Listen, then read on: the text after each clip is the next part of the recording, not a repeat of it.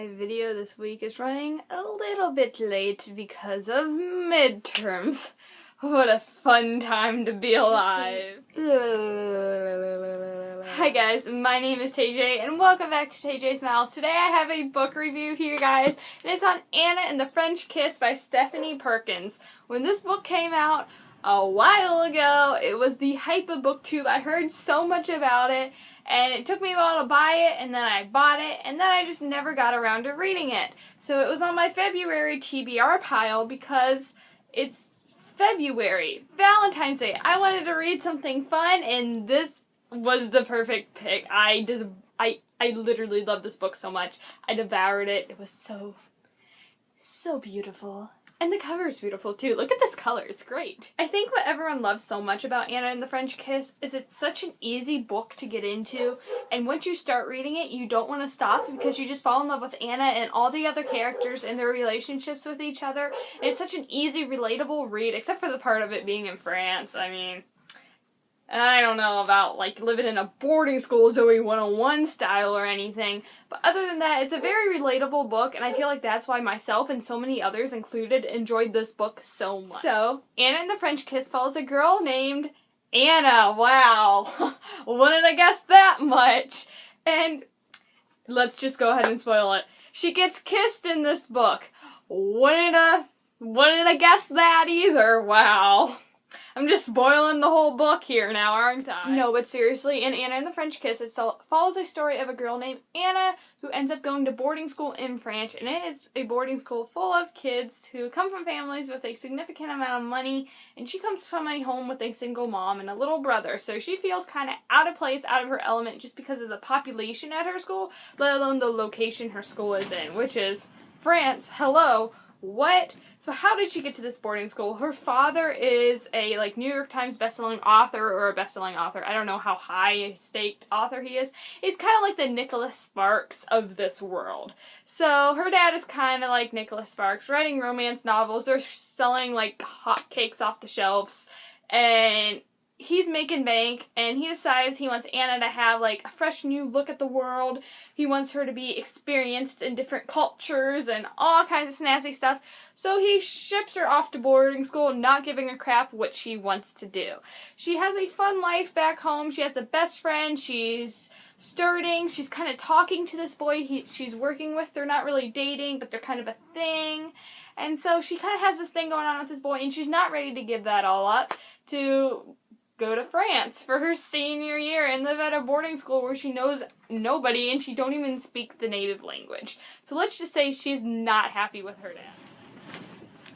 The wind outside is pretty feisty today. So when she arrives at France, she goes to her room, she's getting settled in, and then her next door, like, neighbor, like, the person in the dorm room next to her comes over and knocks on her door, and that person ends up being Meredith. And her and Meredith become close, but not as close as her and other people and other characters we will discuss later on. But through Meredith, she kind of makes her friend group, so she's a very important part in Anna's life. She kind of welcomed Anna into her friend group, and through her friend group she met St. Clair and all the other great friends she made at the school. And let me just say, she made some great friends. The friendships represented in this book were great friendships. Pretty soon into the book, we meet a character named St. Clair, and he is a fun character. He kind of helps Anna get adjusted to life in France. They go out and they explore the town and stuff.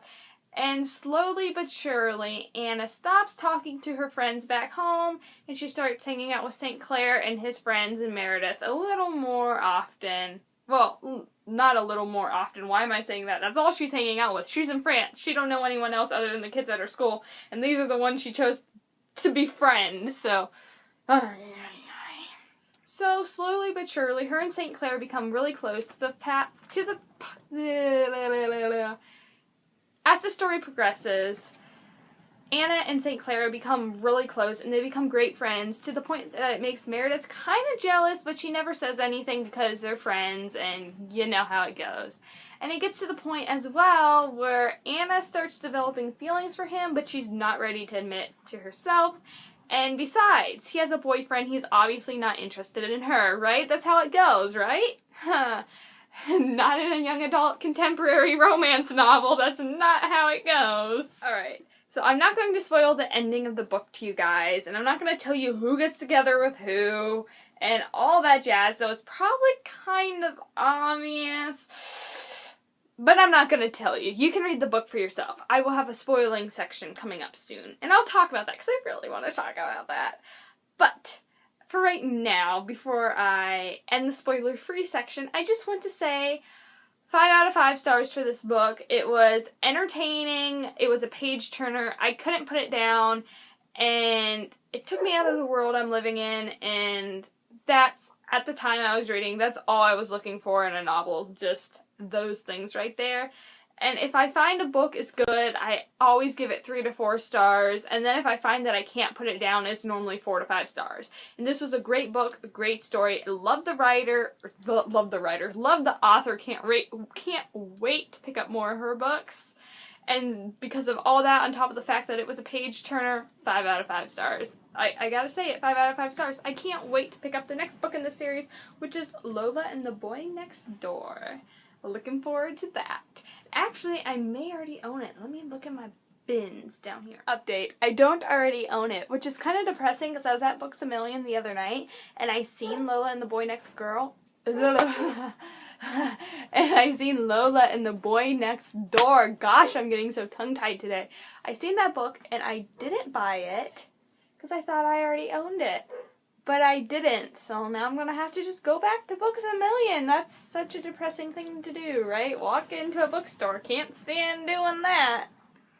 5 out of 5 stars for Anne and the French Kiss by Stephanie Perkins. That's... I still can't talk today. I am now going in to the spoiler section. So if you don't want to be spoiled, see you later, suckers! I am so weird today. Oh, I need to just take a chill pill.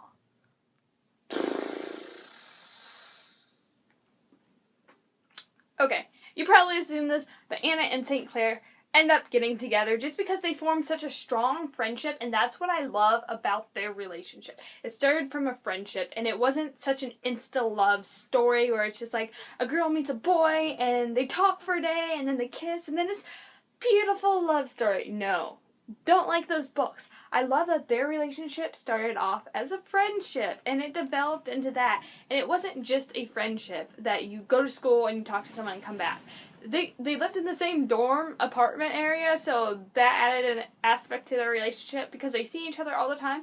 But kids in college, you make great friends in college, but still, this was it was a stronger relationship than even what you'd experience in college, just because they went through so much together. Anna went through, like, the struggles of losing her best friend and who she thought she was going to end up dating when she went back home. He went through the struggles of his mom being diagnosed with cancer. Was it cancer or leukemia? Something life-threatening. I can't remember what. I'm sorry. But his mom was super sick. His dad is just a horrible person. He was having relationship struggles of his own, and his girlfriend and him, they just weren't clicking anymore. And then Anna came into his life, and that threw a bump in the road in their relationship, and he ends up leaving his girlfriend for Anna. And that's what I love so much about this book and their relationship, is they went through so much together before they officially got together.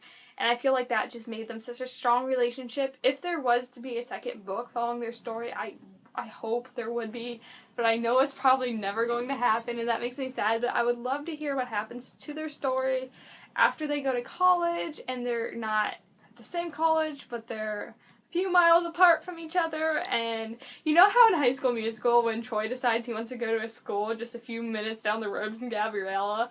That's kind of what happened here, and it just makes me happy, and yeah. But yeah, I just love their story so much because it was such a great friendship that developed a spark into a relationship. What am I talking? I feel like I'm just talking in circles at this point. That's honestly all I wanted to talk about, spoiler-ish, because I just wanted to sit here and fangirl about their relationship just for a little bit longer. Hi, Abby, come here. look, I have a puppy dog. So I'm going to go ahead and end this video before I bore you guys to death with fangirling. She looks petrified of standing here. Say hi to the camera. Hi. No. I'll put it down. Sounds good. So, thank you guys so much for watching, and I will see you in my next video.